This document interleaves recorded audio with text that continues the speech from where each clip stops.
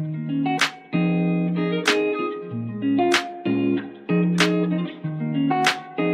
the way to animal emergency clinic because this guy here is extremely dehydrated. Put a little water on his back. People saying Pedialyte, but this is an animal emergency, so we're getting ready to go there. They close at 11. Right now you can see it's 9:01, so we gotta get to moving, folks. See you in the next scene. Guys, let's get ready to head out, man. We gotta get this puppy taken care of. See, breed is not an easy scenario. So guys, we made it to the vet. Like I said, baby girl of the season. Don't know what caused it. She said her sugar levels are where they need to be. She got a catheter in. She had another season when we were coming in. Like I say, she's a big puppy for American Standard Bullet. She was the biggest out of the litter. Her parents are within specs for the American Standard Bullet for height, length, and just overall, girth and health. Never had any issues with the parents at all.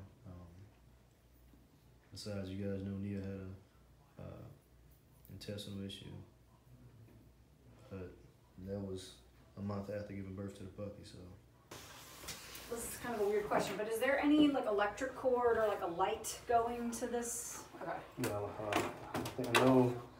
During 3 weeks, I had a heat lamp. It was just like a light fixture. It was like roughly 6 feet high. But I never put it inside the kennel at all.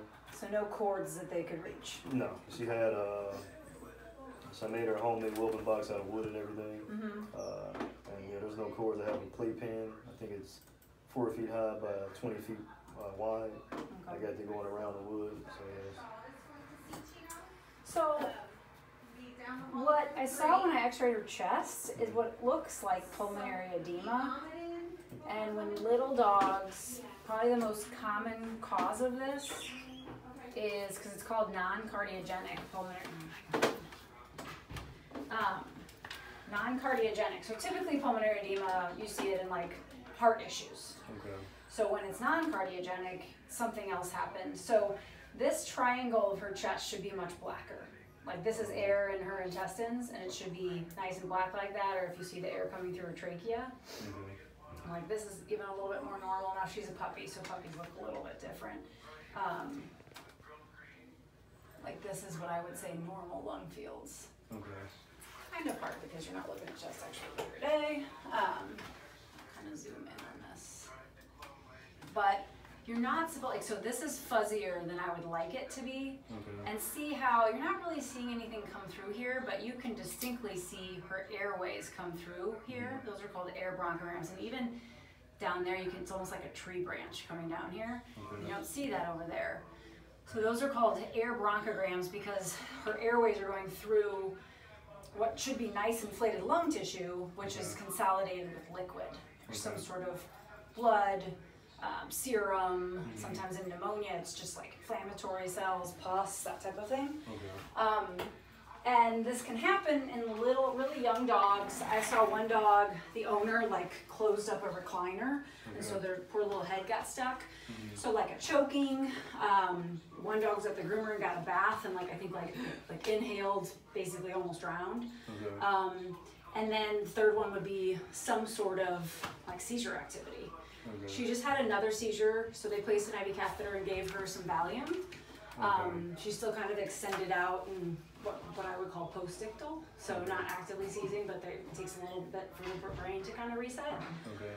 So I don't know why she's having seizures, but I think she's having this lung issue, and that's why she's breathing so hard, secondary to the seizure, because it's not like you bathed her, unless she was drinking water and like, inhaled down the wrong tube. I mean, I guess that's a possibility. But the fact that she's having seizures, like if I saw her lungs like this, that's not going to cause a seizure. So it's like you're looking at the chicken or the egg, which was first. I'd have to say that if she's having seizures and I'm seeing these lung changes, the seizure's causing this. Would it be from her inhaling too much air? Because anytime I moisten the kibble, I make sure it's just enough for the kibble. Yeah. I don't put like too much water. I make sure it's just enough for the kibble itself. To get moist, yeah. Just to get moist, I don't think so. And I make sure it's small enough. I used to be a veterinary technician. I used to work here actually. I was going to say your voice sounds, Tony. I was like, you sound like Tony. Yeah, I remember you. Well, it's nice to see you again. I see you as well. Yeah, so this is unfortunately common. I'm surprised you didn't see one when you were here. I don't know what the hell. Hopefully a little older, because I usually see them once they're with the owner, you know? I mean, this is my second litter I ever had before. My mom's used to breed all the time. And I only breed once a year, and I make sure I got all my personal research and stuff. But I had a litter of 13 Rottweilers. And so is this the mom's first litter? First litter? I only breed them once and I spay them, you know. Oh. Yeah, I don't want a bunch of loose puppies right now. Yeah. I breed once and then I spay her, get ready to take her, get spayed within a month. But there's I don't know what's going on. Like I don't either. What I'm worried about is that she might have some weird congenital brain problem. I checked her mouth. I didn't see any cleft palate. No, I didn't see any. I didn't see like any bacteria and issues. I checked her mouth like I think every day, all the way up to 3 weeks old. Yeah. I checked the mouth, no issues at all. I do the same thing I do with my dogs. I only give them that 501 vaccination to the big dogs, and when they get 6 to 18 weeks, I give them the same thing. So. What kind of bedding are they in? It's just the crate itself. So there's no shavings. No. I don't do any pine shaving, any wood. Okay. They said those have certain fragrances to them that can, get into their intestinal tract. I keep it as clear as possible. I got my whole basement dedicated to them, so I make sure they're off the floor 6 inches. I mean, it sounds like you're doing everything right, but if she was born with something wrong with her brain, or she's got like meningitis or something, sometimes there's just not anything we can do. I'm trying to think positive and, trying to break down the camera for you guys, but this is a serious matter, serious fact. Trying hard to put my words together, but we're trying to make sure we take care of her. I mean, everybody know my dogs like my kids, so I do what I can, especially since I don't have any kids. So tell folks they're all my kids. Even though I'm breeding, I always want to do it right. I want to breed once a year. Make sure they all get their vaccinations and deworming or whatever preventives they get before they go into forever home. And you guys are expected to continue that cycle until you fully complete it. So, I mean, even if you do everything right, guys, something go wrong. And that's one reason that I'll be thinking about getting out of the breeding game because of it. But I'll tell you guys my future plans in a later video. Right now it's about champagne white puppy. Alright guys, we headed back to pick up the puppy. And yes, she was put down, but she was given sedative medicine and not just given a lethal injection. That way it makes it easier for her.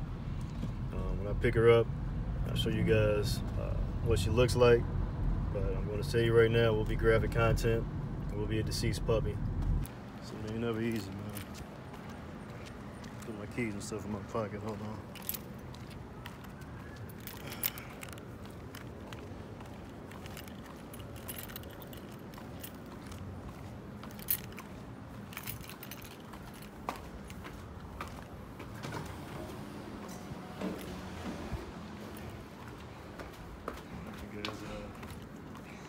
Put her in a crate for me and they wrapped her up, so it's pretty nice of them. Yeah, if you have a 6-week-old puppy or 8-week-old puppy or any younger type of puppy, they're experiencing any internal organ failures, especially like a brain failure or cleft palate, that's almost always a euthanasia for sure. They cannot heal from these issues due to them being so young.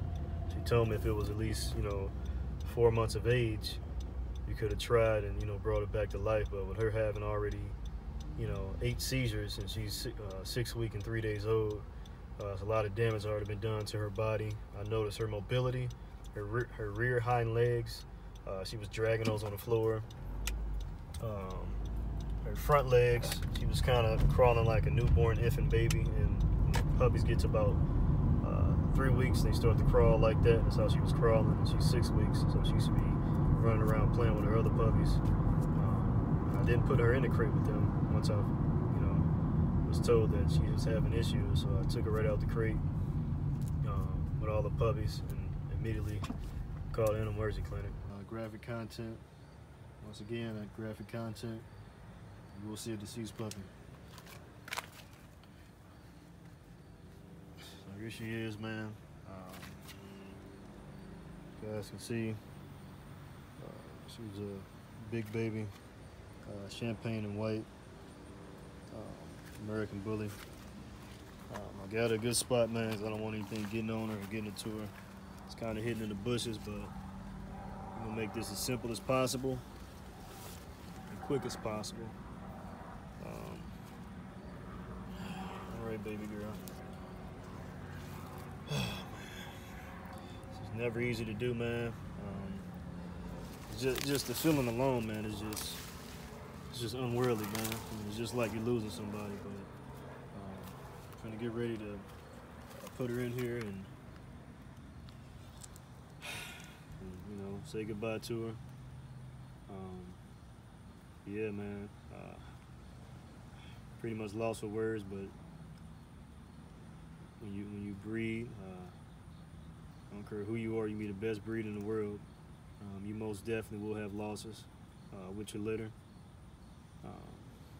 And this is the second puppy out of the litter I've lost, which is still excellent.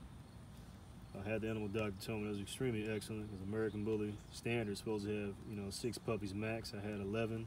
I lost one after birth, and this is the second one I lost at 6 weeks. We don't want to lose any more. I'm constantly doing more research, trying to better myself. But she told me I did everything that was possible to prevent this, especially with the food I'm using that has DHA, EPA, and lysine. So I'm trying to, you know, always produce the best, always be honest with my viewers as well as my customers. I appreciate you guys for watching, man. Like, subscribe, and comment. And like I always say, I better you bully.